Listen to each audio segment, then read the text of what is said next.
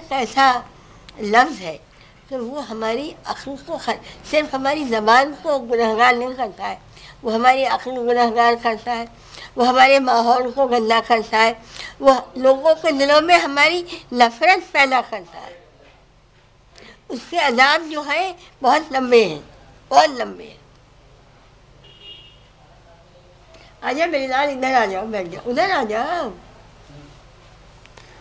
بچے جو ہم اپنے سیاست دانوں کی غیبت کرتے ہیں اس سے ہم کو کیا حاصل ہوتا ہے؟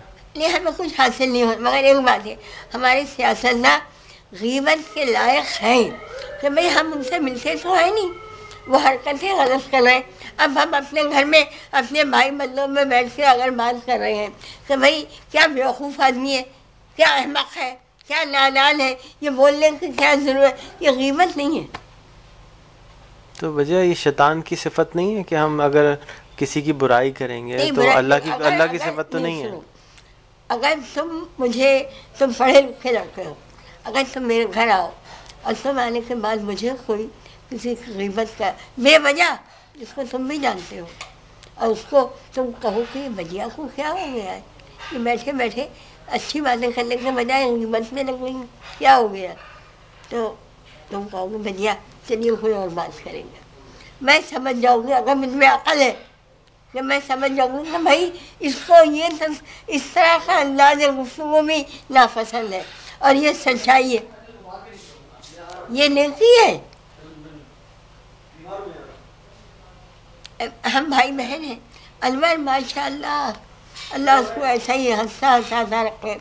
ہمارے گھر میں جب غم ہوتے تھے تو انور اور زہرا دو بھائی بہن ہمارے ایسے تھے جو ہمیں ہنسا دیتے تھے.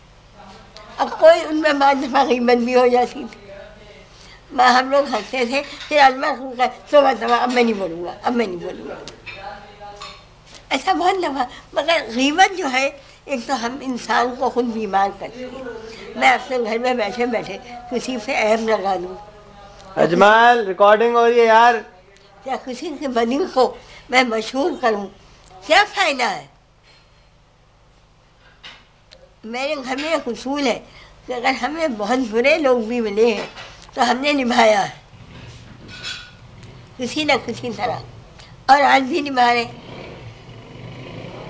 تم نے کبھی میرے منہ سے میری سسرال کی برائیاں سنی؟ نہیں. آئی واز 20 جب مجھے خود ڈیورس لینی پڑی. چھوڑیں ان کی بات چھوڑیں. ہاں ہاں. اچھا، تو غیبت سے فزیکل ڈیمیج کیا ہوتا ہے؟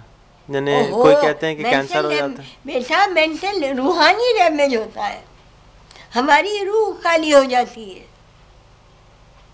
کالی اور بے جان. دماغ بے جان ہو جاتا ہے، کیونکہ دماغ میں غلاظت اتنی بھر جاتی ہے کہ اچھائی کے لیے جگہ رہتی نہیں.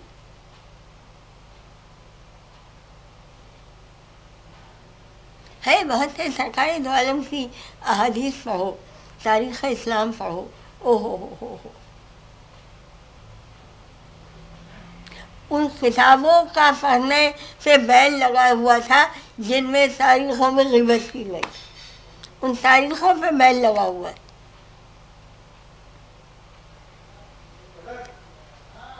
آج ہمارے کچھ نادان علماء نے ہماری مذہبی کتابوں میں اپنی طرف سے کچھ ایڈیشن کر دیے ہیں جو غلط ہے.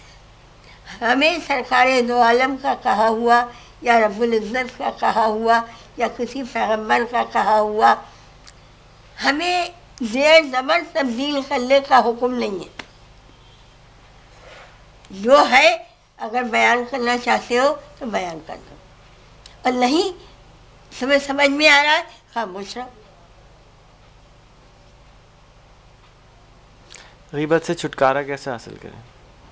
اللہ کا خوف، رسول اللہ کی محبت، اللہ کا خوف، انسانوں سے محبت، معاشرے کی بہترین کا تصور مکمل حد تک.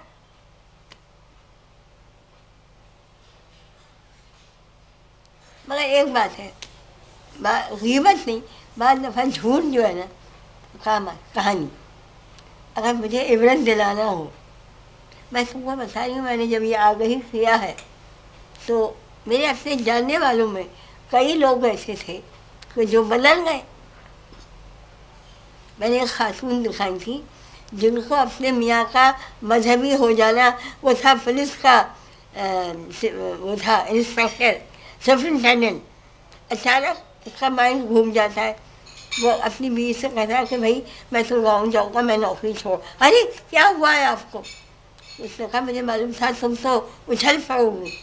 بھائی مجھے خدا کا خوف آ گیا ہے، میں نے بہت رشوت دی ہے، اور میرے پاس جو 11 لاکھ روپے تھے وہ میں نے آج خیرات کر دیے. آئے ہائے آپ نے کیا کیا یہ؟ میں نے کہا بس ہو گیا، اب تمہارا دن چاہے رہو، تمہارا بیٹا اگلے سال BA کر لے گا، تم دونوں یہ مکان تمہارے نام میں نے کر لی. آئے اللہ کیا ہو گیا ہے آپ کو؟ اب وہ جا کر گاؤں میں نوکری کر لیتا ہے، کال کی مؤذن کی. ضیاء صاحب نے اس کو، میں نے اس کی کوئی 33 قسطیں کی